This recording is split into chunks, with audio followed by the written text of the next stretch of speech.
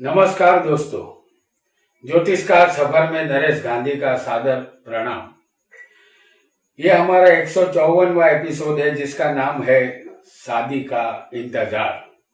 जी हाँ दोस्तों, शादी एक बहुत ही खुशनुमा विषय होता है। मन में शादी का ख्याल आते ही युवक युवतियों का मन उछलने लगता है। जवानी में जातक जाति का शादी के ख्याल मात्र से ही मधुर सपनों के संसार में खो जाते हैं। यह सपनों का संसार उन्हें एक अनोखी दुनिया में ले जाता है, जहां जातक जातिका के मन में तरह तरह के सवाल आवारा बादलों की तरह उमड़ते घुमड़ते रहते हैं।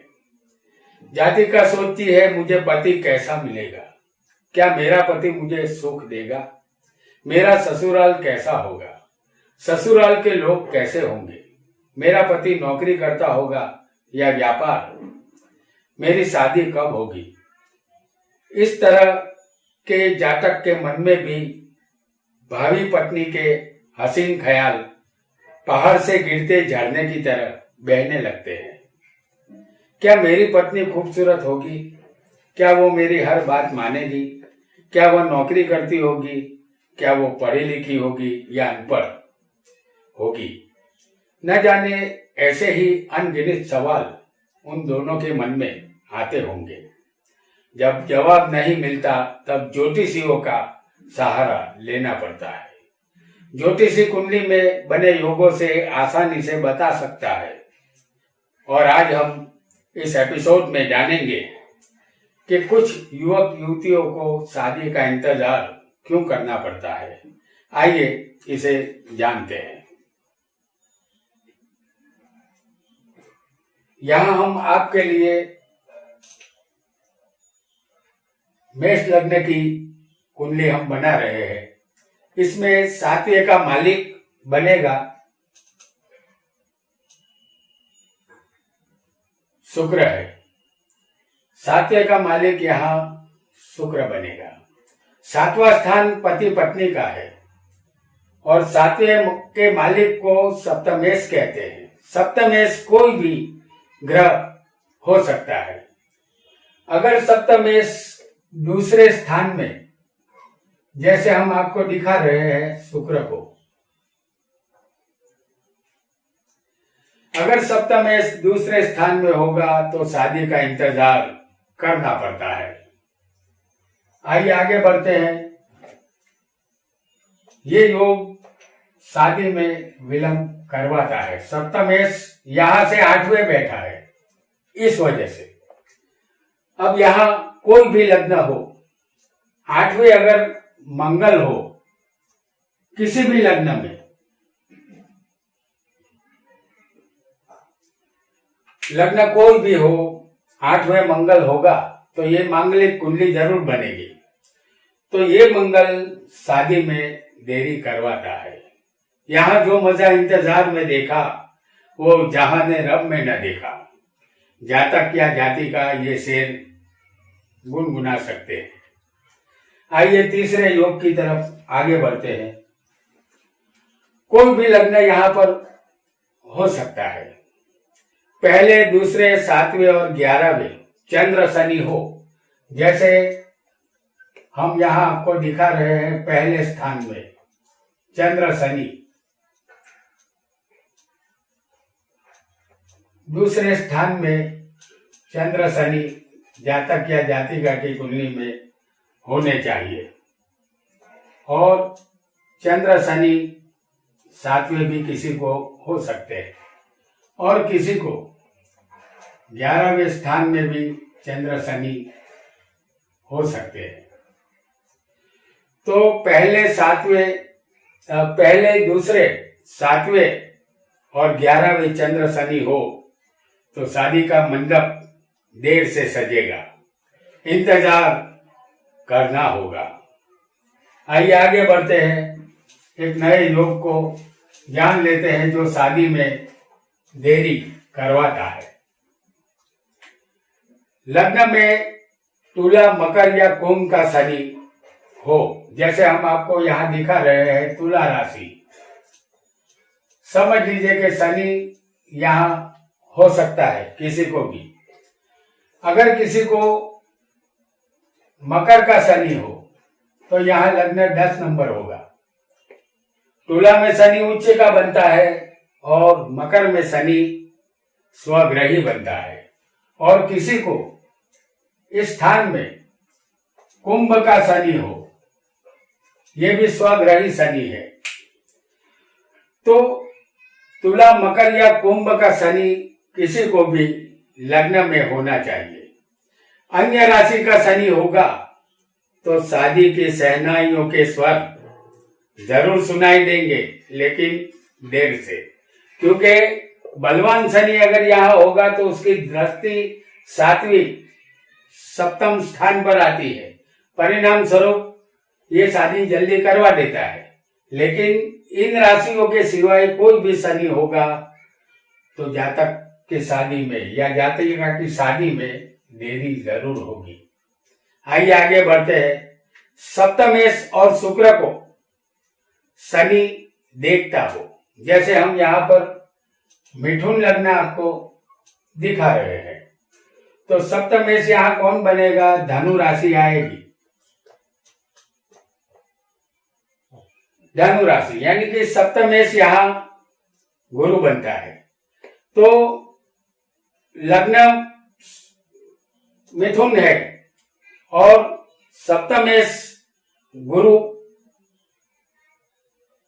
कर्क में होना चाहिए, जैसे हम यहाँ आपको दिखा रहे हैं गुरु को, जो कर्क में होगा। और ये दूसरे स्थान में है गुरु। और शुक्र यहाँ पर मेष राशि आएगी, वहां होगा 11वें स्थान में, जो कि लाभ स्थान है। और शनि 5वें तुला राशि में उच्च का होगा।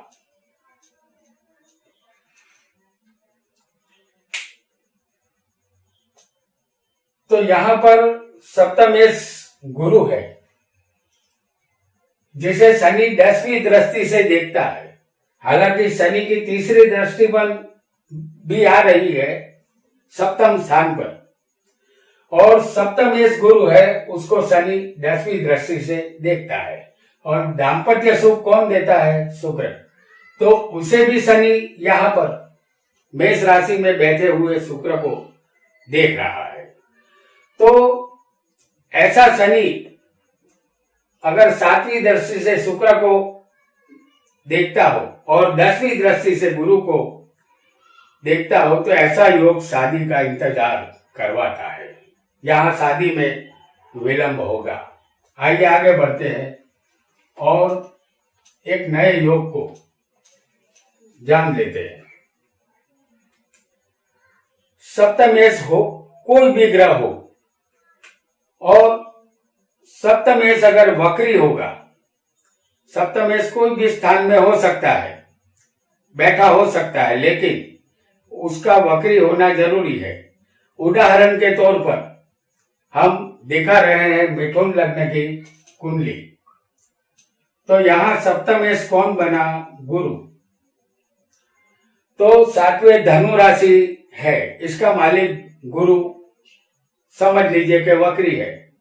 और 7वें ही मौजूद हो, जैसे हम गुरु यहाँ पर आपको दिखा रहे हैं सप्तम स्थान में।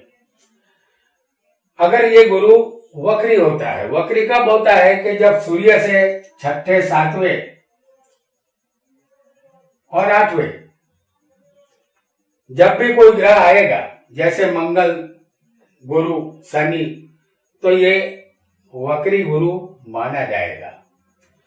तो ऐसा गुरु अगर सप्तम का मालिक होकर वक्री होगा, कहीं भी बैठा होगा और वक्री होगा, तो उसके लिए जातक जातिका को शादी का इंतजार करना होगा।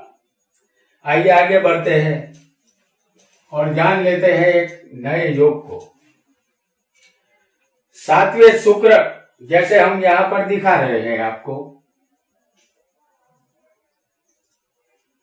7वें शुक्र यहां पर समझ लीजिए कि कर्क राशि का हो, या यहां पर वृश्चिक राशि हो, या यहां पर किसी को मकर राशि भी हो सकती है। तो कर्क, वृश्चिक या मकर राशि में अगर शुक्र होगा तो जैसे हम आपको दिखा रहे हैं यहाँ, तो जातक या जातिका के शादी के जो अरमान है वो मचलने लगते हैं। इंतजार शादी का असह्य बन जाएगा, क्योंकि यहाँ उनके अरमान पूरे नहीं होंगे। आइए आगे बढ़ते हैं। लग्न कोई भी हो, दूसरे स्थान में अगर किसी को केतु बैठा हो, जैसे हमने आपको दिखाया है, तो दूसरे स्थान में केतु हो तो शादी में अति विलंब होता है। यहाँ जातक जाति का शादी की माला पहनने के लिए तड़पते हैं, क्योंकि केतु तड़प देता है और वो सप्तम से 8वें बैठा है। परिणाम स्वरूप केतु ऐसी तड़प देता है कि जातक जाति का इंतजार करते रह जाते हैं। तो दोस्तों, आज हमने शादी का इंतजार किन योगों की वजह से करना पड़ता है ये जाना। सप्तम स्थान और शुक्र शुभ संबंधित होगा तो शादी जल्द होगी। ये सब पाप ग्रहों से संबंधित होंगे तो शादी का इंतजार करना होगा। आज के लिए इतना ही। आपका बहुत बहुत धन्यवाद।